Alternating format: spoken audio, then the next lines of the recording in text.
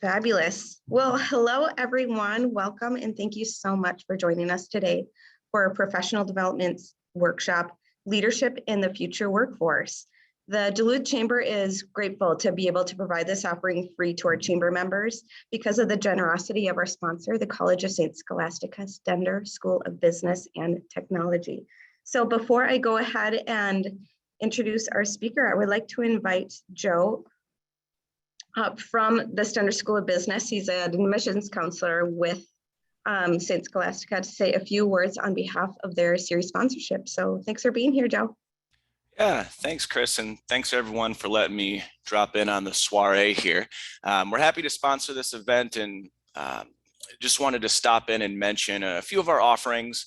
We have some grad programs and certs that can hopefully help you out or someone that you know. I always mention that a lot of our enrollment at Scholastica, especially in the Stender School, comes from word of mouth. It's kind of an organic process. So, if our programs don't necessarily apply to you, please do tell your friends, tell your coworkers, and just spread the word. It means a lot to us. But we are excited. We do have a new program. It's a master's in nonprofit leadership that we're starting this fall. So I'm doing my first info session on that tonight. I'll put a link if you want to attend. But we're pumped about that. So if you're in the nonprofit world, definitely check it out. I will put a link in the chat as well, just of all of our programs and my info, so you can take a look at on your own time. But in addition to that, we do an applied data analytics program, a project management program, health information, health informatics, and then we do a MBA leadership and change program, which I'm a graduate of. So, there's always a technical side to an organization, and then there's the psychological human side. So we try to span that whole spectrum. So a lot of our programs are applicable to almost any field. Some are a little more specialized, some are very broad. So whatever you're looking into, just check them out. Our programs, we fancy them to be fun and enjoyable too. So sometimes people think of grad school or certifications as kind of this transactional process where I pay this much money, I write this many papers, and then I get a 15% salary bump or whatever it is. And that is true, you get the degree, but I always just like to highlight the joy and fun that comes from doing these programs. Our value, this college value this year, is the love of learning, one of our Benedictine values that we're highlighting, because we do love to learn. There's a social aspect to these programs. It's good to come in and meet new people, chat about things that you don't necessarily talk about in work or in social life. It's kind of a combo of that. So there is a value just outside of the schooling. Okay, so I just like to mention the joy of doing these programs and how fun it was for me, and that's the feedback I've gotten from a lot of people who have gone through the program. So with that, I'll let you get going. I'll post a couple links in here, and then whenever you get a chance, give me a phone call. If you want to set up a Zoom, check out the website. I'm here to help you. I'm a starting point for whatever you're looking to do at St. Scholastica. So I appreciate your time. I'll turn it back to you, and I hope to hear from some of you in the future. Thanks so much, Joe. So please, again, like Joe said, he's going to place some links in the chat. Feel free to go ahead and click on those and learn more about those programs. So at this time, without further ado, I'm excited to introduce our speaker today, Erin Myers. Erin is the General Manager of Transcend Engagement, which helps organizations effectively communicate in the hybrid workplace, spearhead outstanding leadership, and recognize a deserving workforce. So I'm here to say you're not alone in the challenges you're facing with virtual or hybrid working models and the tightened pool of skilled employees. So you're in the right place. I'm happy you're here.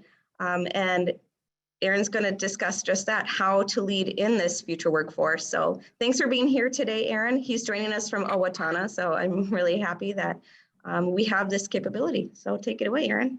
Okay, thanks, Chris, and thanks, Joe, for sponsoring this. Well, good morning, everybody. My name's Erin, and I am General Manager and Principal Investigator for Special Research Projects for our organization here. It's an absolute pleasure. I love Duluth.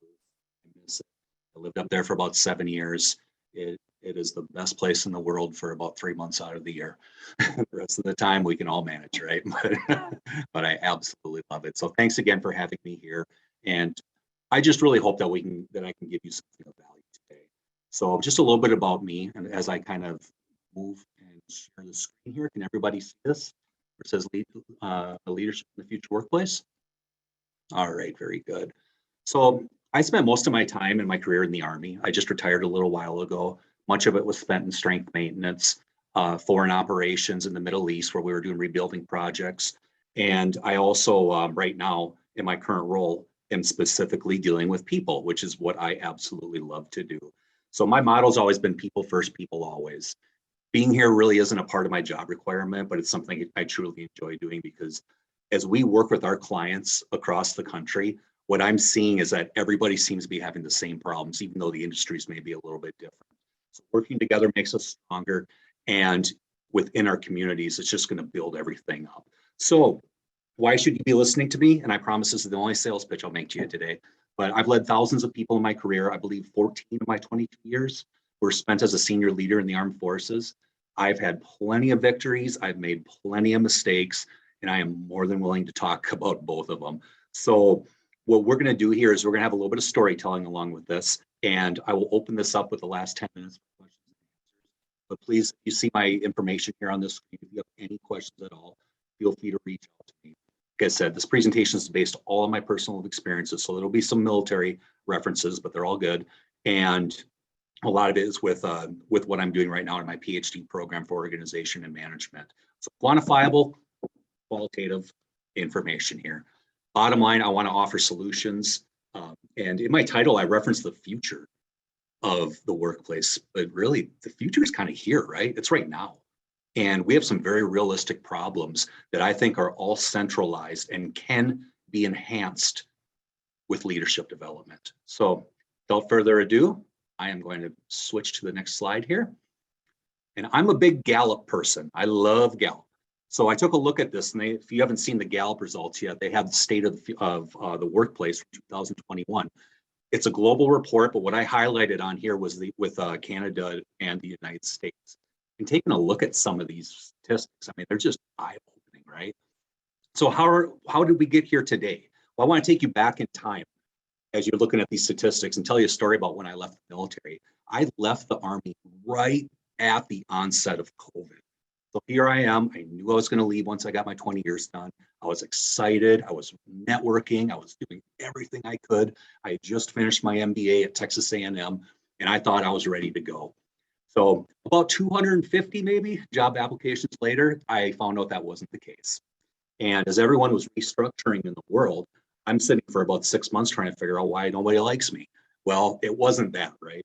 These companies had a very tough decision to make for the most part, as some of you were probably in strategic leadership positions during this time and still are. Fast forward now, I find my job, my calling here with this wonderful organization that I'm in. And now we're talking about things like the Great Resignation and the battle for skilled labor. Some people call it the war for skilled labor. I know it's the battle for skilled labor. So how did we go from that 2 years ago to where we're at right now, where there's organizations that are coming at me saying, Aaron, I don't know how to do this. We are actually putting reward systems in place just for people to show up to work. Now, anyone that's a Gen Xer or a baby boomer like me, look back about 20 years and 30 years and think to yourself, what if an incentive like that would have been in your workplace? People would have been laughing, rolling off of the floor because it would have sounded so absurd then. But this is the world we live in. So as we're going through and battling through COVID in the recovery era, if you want to call that right now, and as people are starting to move back into the workplaces and their offices, this is going to be a dramatic shift for leadership. So the first thing you're looking at right here, 34% of employees really feel like they're engaged. Now, as I move on to this next slide here, I'm going to talk to you about how we define what employee is. They involve your relationship with your boss. Why is that a pillar of engagement? Because 70% of everything an employee does goes straight through their first line leader. I'm not talking about just what you're doing on your job. I'm talking about the development part of it, the communication part of it, their purpose. If your company's involved in community activities, 70% of all this goes through your first line leader. So that's one of the pillars of engagement. The other one is employee development, performance management, communication, two-way, social status, because that is very important for today's Generation Y and Generation Z employee. These are all things that we model ourselves into, to say, like, look at a company and say, hey, where are you? But I think the most important one of all is purpose. What is a person's purpose in the organization? How do they fit? How is this of value to them? And how does it match the values of the company that they're working for? So these are things we like to look at. And I love quoting Simon Sinek. He is just wonderful. If you haven't read his book, okay, I lied. This is a second sales pitch, but Start With Why. If you read the book, Start With Why, that explains a lot about what's going on in this world today with the modern employee, the digging deep. You'll see this as I offer solutions here today and advice for how we should be handling our employees and how we should be motivating them. It really does get down to the bottom line of asking the question why. All right. Now, this is probably one of my favorite topics here right now, is the generational differences in the workplace. So we've established the pillars of engagement. We know what an engaged employee looks like, and we know that it's not really working right now in the North American workplace.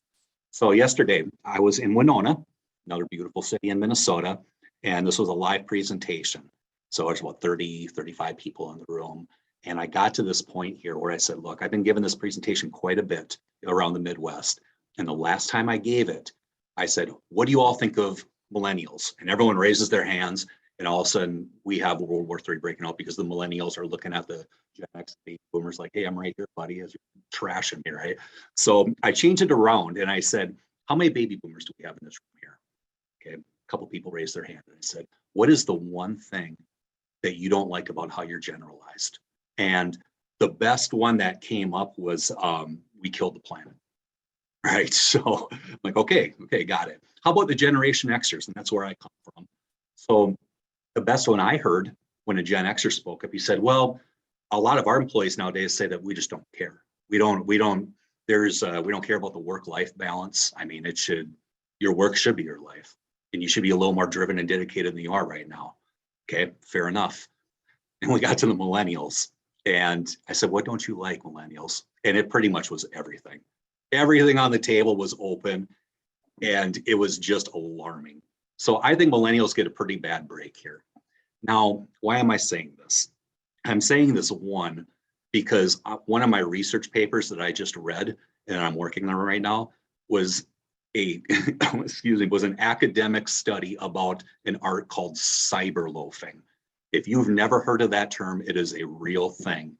The person that was drawing up this theorized that 30 to 40% of a Gen Y's working time is spent on the internet, right? Spent on the internet, surfing for things that are not work related, and that they can justify it because they say it makes them a more holistic person. Okay, that I could open up for a debate for a completely different leadership session here, but I want to tell you about a realistic story with the Gen Wire. So when I was in charge of strength maintenance in Southern Minnesota, I had this great employee that I wanted to hire. He just was wonderful. He would have been the perfect fit. People were magnetized by him. Like he brought people to him, and he's someone that would have been tremendously value added to the organization. So I'm going through the interview process, and just as I'm trying to close, and I'm saying, "Will you accept this job?" He says to me, and again, this is a 25-year-old man. He says, "I need to talk to my parents first." I thought about that, and instantly my radar went straight through the roof on millennial. Like, oh my gosh, what am I dealing with here? So he took it on, and he thought about it for a day or two. And I called him back and I said, "Hey, what's your decision?" And he said, "Well, I'd really like the job." I'm like, "Okay, hey, I got to ask you a question, and we'd love to have you on the team here, but why did you say you needed to talk to your parents about it?" And we kind of dug into it a little bit more.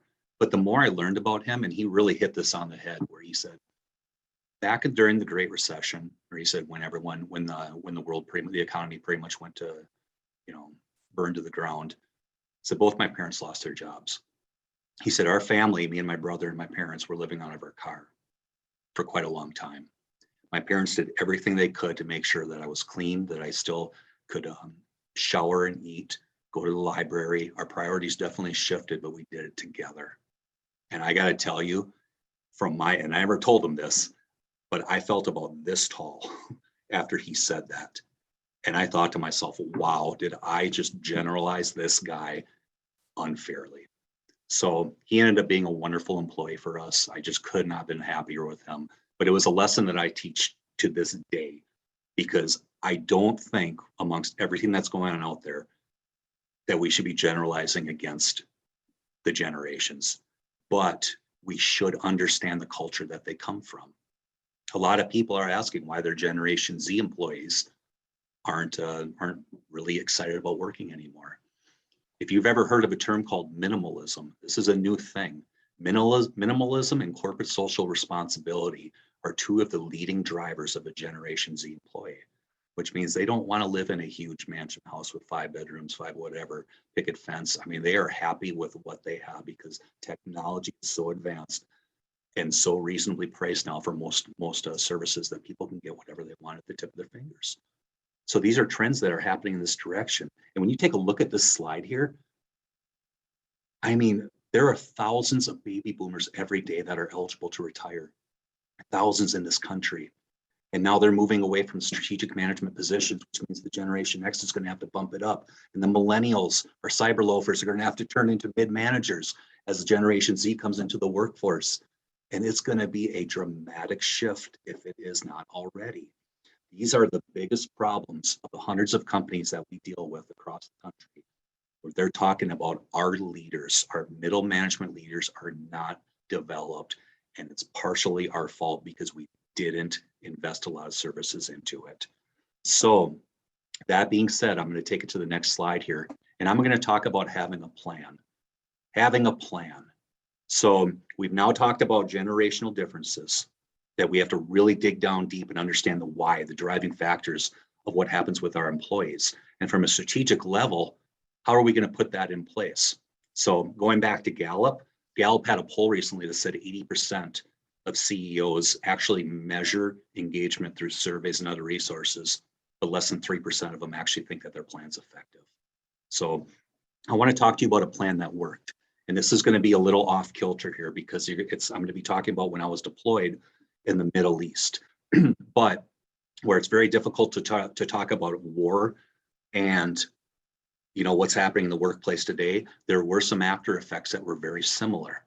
So we were in Iraq, and the 34th Infantry Division, which many of you are very familiar with, we were one of the only National Guard divisions to ever be asked in the last 20 years to occupy an entire piece of land and run it. We had southeastern Iraq. General Nash, who was our division commander, he stuck to his guns on this, and this was not a popular decision, but he said, we want to rebuild the country. We want to do it by, with, and through the Iraqi people. So what does that mean, by, with, and through? He realized, and the other strategic leaders realized, that these people for 40 years had been influenced by Saddam Hussein, a person who told them what to do, when to do it, and how to do it. And if you didn't do it, not only did you die, but your family members died too. Now, what's the result of that?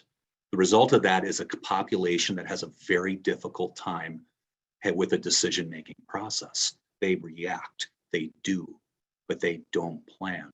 So on the onset of the war, when we took out Saddam Hussein and his people, the Iraqi people were coming to us saying, hey, we need this, we need that, we need this.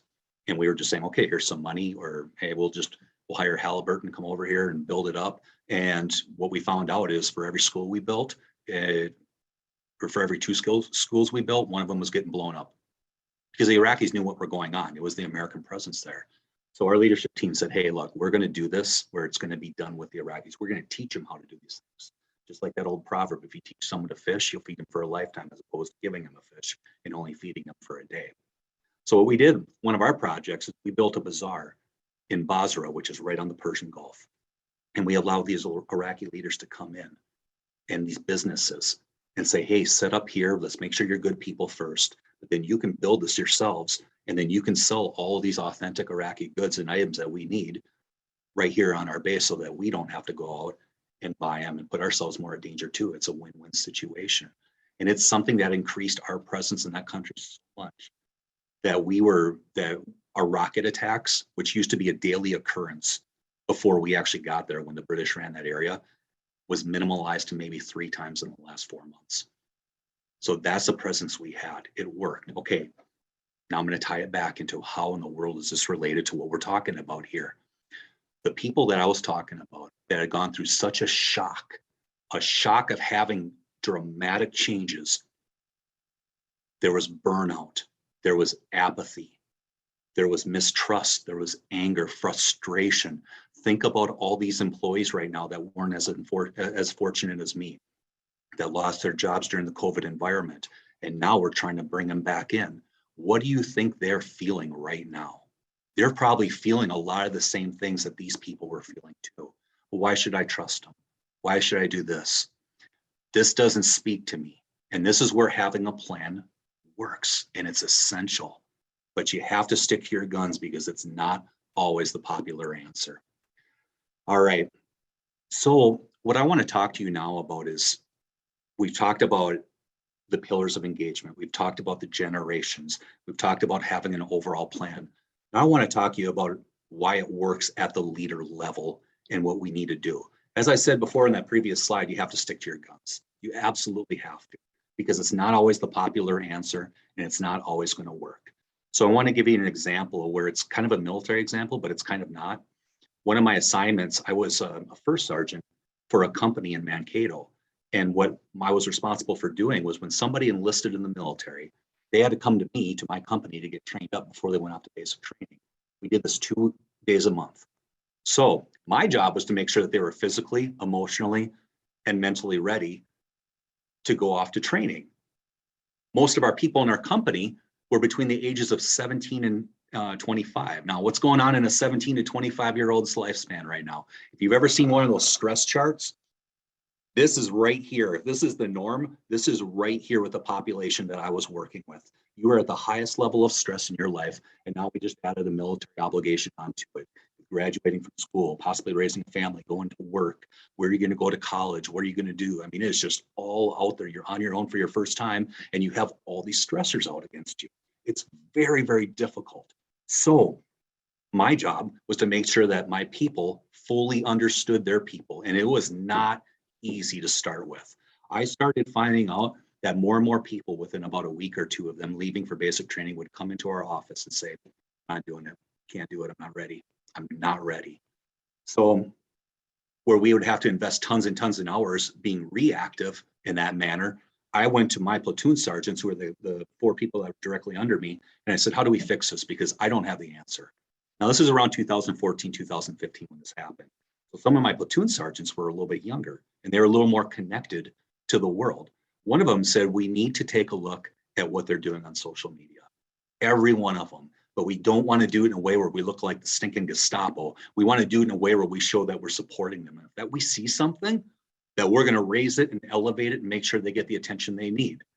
So we did that, and we communicated it very, very well to them. We said, hey, look, this is for your benefit and ours. We're not creeping you, but if someone sees something, one of your battle buddies is going to let us know. What was the result of this? Well, the result of this is that we had a much more proactive approach.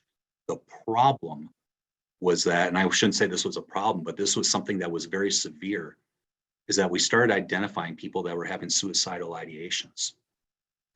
In about a 6-month time span, I can remember personally driving 7 of these young recruits to the hospital immediately once this was triggered. Every one of them was saved. Every one of them was able to continue and move on. But these people had a lot of trust in us at this point. They're like, these guys really do care. Now, I briefed this to my battalion commander, and it was really well received. And I said, look, our rates are going through the roof our successful rates are going through the roof because we're doing the right thing. We're speaking their language. This is an organization that was brought up in technology. That's what they know. So we're using technological means to speak with them. Now, when I said that's not always the most popular answer, I'll give you an example of how that is so. One of the leaders came up to me after the meeting and he said, look, you're wasting your time. This isn't going to work. And all you're doing is giving them an excuse. And I said, an excuse for what? He said, you're giving them an excuse to quit. They're playing the mental card. And I just kind of like sat back on myself and I said, isn't our job to take care of them? Like whether it's serious or not, and believe me, these are all serious, the ones I dealt with. I said, I just respectfully disagree with you. So we moved on. And unfortunately, a couple months later, somewhere up north on the northwestern part of the state, um, a soldier from a company like mine had committed suicide. And it was just completely unknown. I mean, nobody saw it coming, nobody knew it. And I'm not saying my way would have been the best way or would have saved that person's life. But I went up to that leader afterwards and I said, I'm not going to say I told you so, but what I'm going to tell you is I do what I do so that I don't ever have to ask the question of did I do enough? And that's the attitude that we took on from that day forward. From that day forward, our entire organization was linked in. We were starting to figure out that these kids aren't responding to phone calls. They'll respond to quick text messages and then any kind of link through a social media post. That's how we had to communicate with them. And our rates went through the roof. Like I told you before, it was really, really good. It was a good exercise that came at a horrible expense, something that is just absolutely tragic. But that's knowing your people. That is knowing your people and understanding what drives them and what motivates them. All right, so let's take a look at this slide here. When I say that this is an opportunity, I truly mean that. This is an opportunity if you take advantage of developing a leadership team right now where others aren't going to do it. Because again, if 70% of that time, as I said earlier, is spent with that first line leader, but only 34% of their people figure out, believe that they're not engaged, well, there's the choke point right there, isn't it? We need to work on our mid-level leadership manage. And this is really an exercise in leadership. One of the best definitions I have ever heard about leadership is that leadership is a process. It's a cyclic process that never ends of influencing others by providing purpose, direction, and motivation to accomplish your goals, improve your people, and better the organization. When I say cyclic and continuous as a process, that means one of two things. That means you're either getting better at it or you're getting worse. You're either making strides or you're stepping behind. You're either being proactive or you're going to have a reactive stance that's going to take you about 10 times the amount of time to fix something as it would have if you would have had it in the first place. So it's very, very difficult. But another thing too is that we forget this. We have to lead and resource ourselves. We do. We're human beings. Like we make mistakes and we're not invincible. So if you can't lead you, you will never be able to lead two. I always told my people that you can't lead you, you will not be able to lead two. Make sure you take care of yourself and get the resources you need. Everything that I had that was a difficulty, I always ran it through one of my people. And this is one of the reasons why I love chambers of commerce and I love speaking to them. Because again, we all seem to have the same problems, regardless of the industry that we're in. Some are more specific than others, but the great resignation is affecting everybody. The battle for skilled talent is affecting everybody. The hybrid working environment affects almost every company in some way. These are things that your group and this organization here, you can talk to each other. And you have the best leaders in Duluth sitting right on this forum right here, able to network with each other. So whenever I had my problems, I went to my buddy Josh. He had the same job as me, he worked in the metro, but every decision I would be like, hey, I don't know if this is sitting right with me. How is this going? How should I do this? And one of the first questions he would ask me is, well, how are you doing? How are you doing? You're saying that this is a tough decision. You're not feeling about it. Like what? And he would get down to my level and really feel and appreciate the situation I was put in. And I would do the same thing with him too. It was a lasting relationship that I would not be the person who I am today without that man. I'm telling you right now. So I hope you all have, as we call in the Army, the battle buddies, someone that you can look at and help you so that you can take care of yourself. And the last part of this slide is that we have to have accountability, expectations, and measures. If it's measured, it will absolutely get accomplished. There is no doubt in my mind about that. Now, what do I mean by that? When you have performance measurements in place, and we were talking about this with one of my companies that I deal with, one of my clients, and they said to me, they said, Aaron, we create exceptional products, but I'm starting to see a trend here. I'm starting to see a trend that we're burning our employees to the ground because of such demanding managerial leadership teams that we have here. And so, well, let's take a look at your retention rates and your attrition management. We took a look at it and she was absolutely right. And I said, first of all, who's responsible for this? And this was the director of HR. She said, I am. I said, you're telling me in a construction industry that not only are you responsible for everything that a human resource, person is responsible for, but also for recruiting. And then also you're responsible for maintaining the well-being of an employee that's on a job site 100 to 200, 300 miles away that you will never interact with. I said, how in the world is that your responsibility? She said, I don't know. I don't. She said, it just is. So we put a plan together. And this might be a little bit dramatic with this plan that we had here, but I just posed the question. I said to the CEO, I said, if you are truly invested in retaining your people, what are your leadership's role in that? Are they held accountable for how many people leave?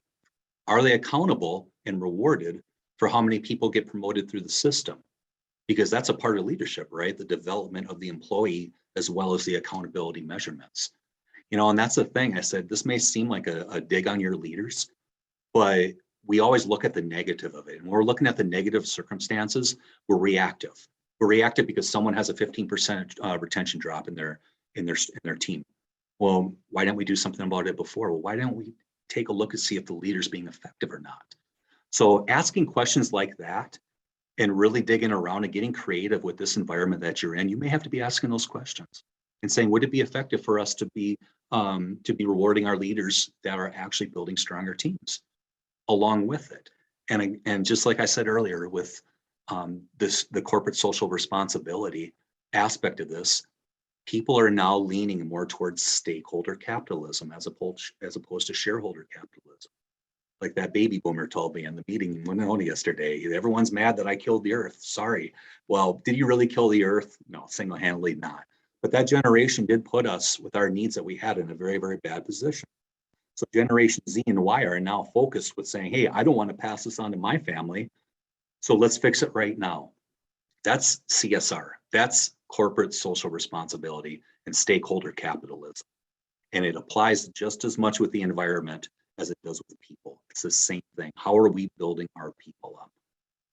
All right, let's move on to the next slide.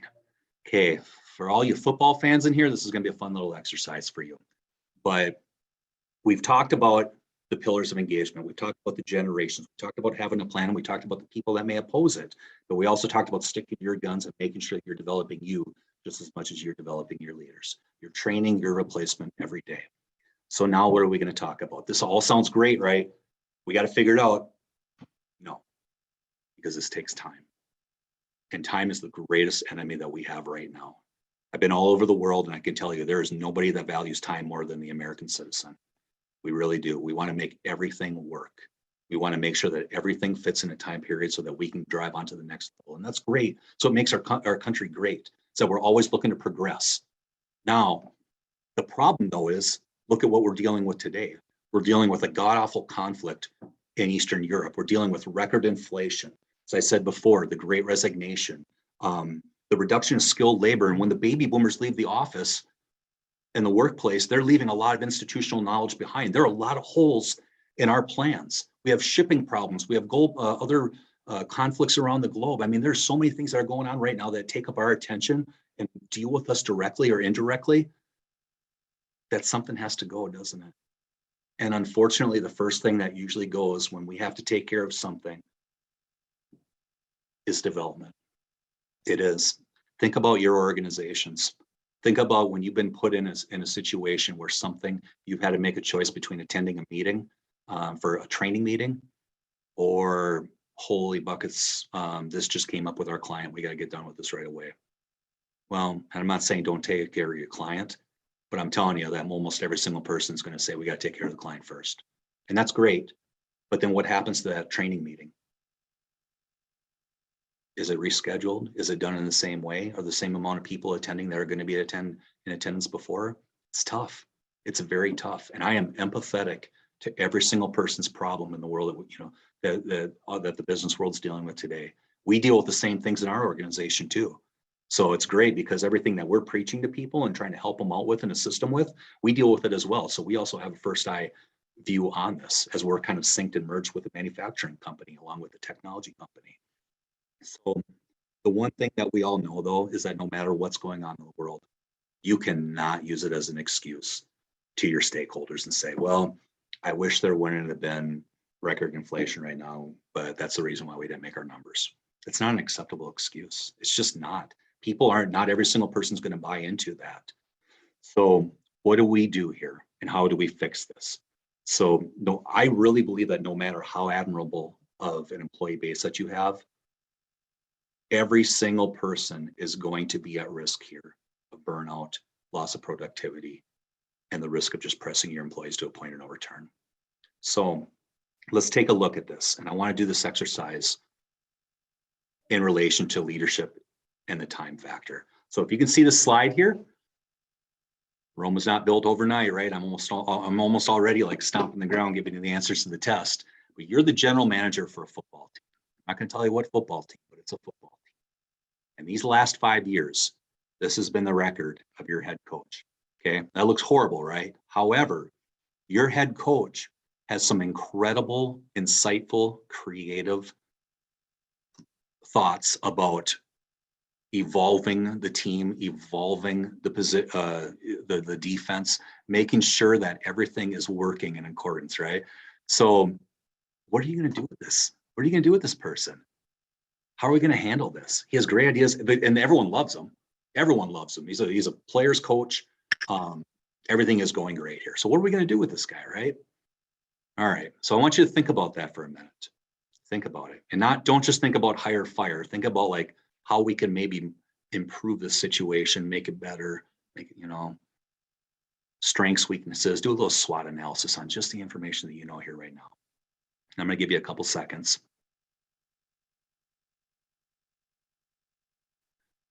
All right. I'm going to move on to this slide right here. If you fired this person, you just fired Tom Landry, Hall of Fame coach for the Dallas Cowboys. And I know Dallas Cowboys is kind of a 4-letter word around the Minnesota parts, but he's the person that I thought of first when I thought of transformational servant leadership. So here's his stats right here. 300 career victories, 5 Super Bowls, 2 of them were wins. He actually was responsible for the innovation of the 4-3 defense. For those that know football, that's something that stands today to this test of time, and most teams actually utilize it. So pretty impressive stuff, right? What I really found was most impressive, though, was the people that served under him that grew to do greater things. So he had 300 victories, but in his coaching cycle, they had 480 NFL victories. Some of them went off to be college coaches. There's Super Bowl victories and national championships from his coaching tree. Now think about this in relation to your jobs and where you work right now. Think about for the productivity that you're measured against. But if you lead someone and train someone to do 1.5 times more of what you do, what is really more important to the organization?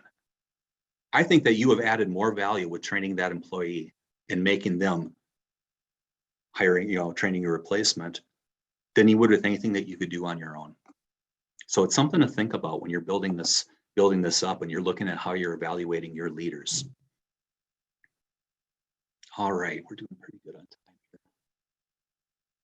Now I'm going to take questions after I finish the slide, and I'm going to exit the slideshow here. But I want to really leave you with this, is I want you to think about how your leaders are measured.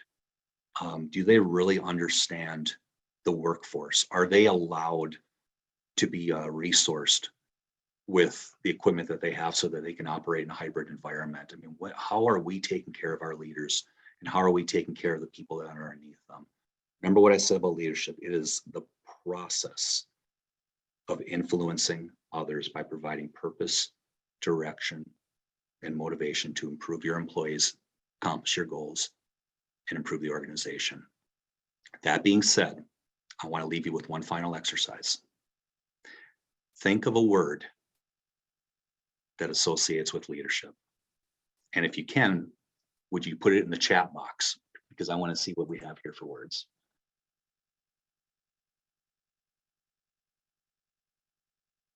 One word that associates with leadership. Oh, wow, we have some good ones here. Oh. Wow. Okay, I'm scrolling. Thank you.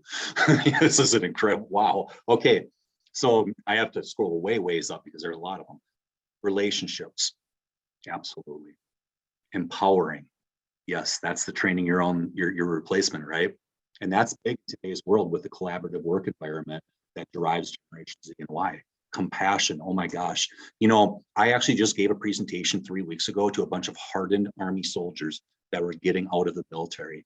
And you know what the title of that presentation was leading with compassion, because compassion is so misunderstood. People think of compassion and they think of weakness. They think that it's not accountability.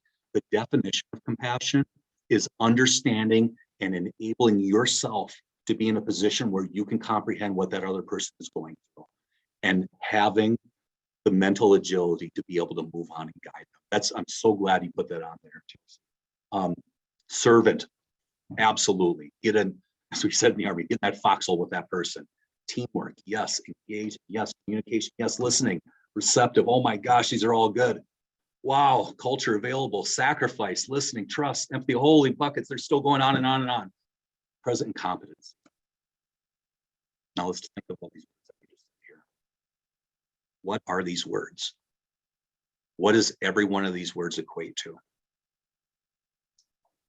Every word here is an action word. And I will leave you with this. Leadership is action. Thank you so much. And I'm going to turn off the slideshow here, and I'm going to be available to take questions. Thank you so much, Aaron. You are welcome to place your questions in the chat, or feel free to pop on audio and video if you wanted to go ahead and start that conversation, but I will leave it a minute. I do have, I have a question in the meantime. Go ahead, Chris. Yeah. Sure. Aaron, how do you recommend that leaders kind of learn about the various communication styles of their employees, specifically in a hybrid or completely virtual environment? Like, it can be really hard to connect and to learn those different methods when you're talking on Zoom or via email. So how do you go about learning those types of strategies? That's a great question. So that brought me back to my sales days, right? And I told you I wasn't going to sell anything here, but the hardest thing for when I was training salespeople was for them just to ask the question. Ask them like, hey, do you want this product? Do you want to join? Do you want to be with us? Do you not? Everything else came very easy to them. That was tough. And I'm going to answer it the same way with that. Ask them the question. Use surveys, but if you're going to use a survey resource, make sure that you can measure it, make sure you can correlate it, and make sure that you can actually have some professional feedback from an outside observer that can also say, this is what we're seeing, and this is how it compares against your industry. And that is the sales pitch, because that's kind of what we do. So thanks, Chris. But that's where I would start. I would start with a survey that shows right off the bat, like, hey, this is not another survey. We care about what's going on in the workplace today, and we want to conform so that we can meet all of our stakeholders' needs. That starts with you. So here's the questions we're going to ask you, and then after that, we are going to brief you all on what we found about this. And we're going to do this in a collaborative environment where we can take questions and answers and look for best practices to move this company forward.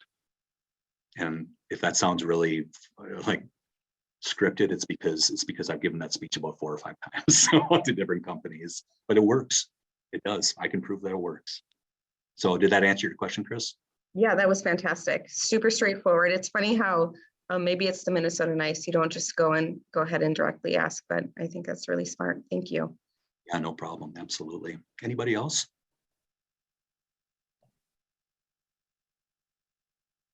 Oh, sorry, I turned my chat off. No, that's okay. No, I'm not seeing any in the chat. Please feel free to submit something in the chat or pop on audio. You're welcome to, of course. Well, I'm not seeing anything, Aaron. So why don't we go ahead and kind of wrap it up? Thank you so much for joining us today. I found that to be really emotional and insightful. Again, we've recorded this session. So if you wanted to go ahead and rewatch it or share it with a colleague, you're more than welcome to do so. I will distribute this to everyone here on attendance, which also includes Aaron's contact information should you want to ask questions that way or get more information. So thank you again, Aaron. Thank you, Chris. Everyone, for being here. Thank you, Chris. I love you. I love you all in Duluth. 218 area code till I die. So thanks for everything. I really appreciate the opportunity. You're so welcome.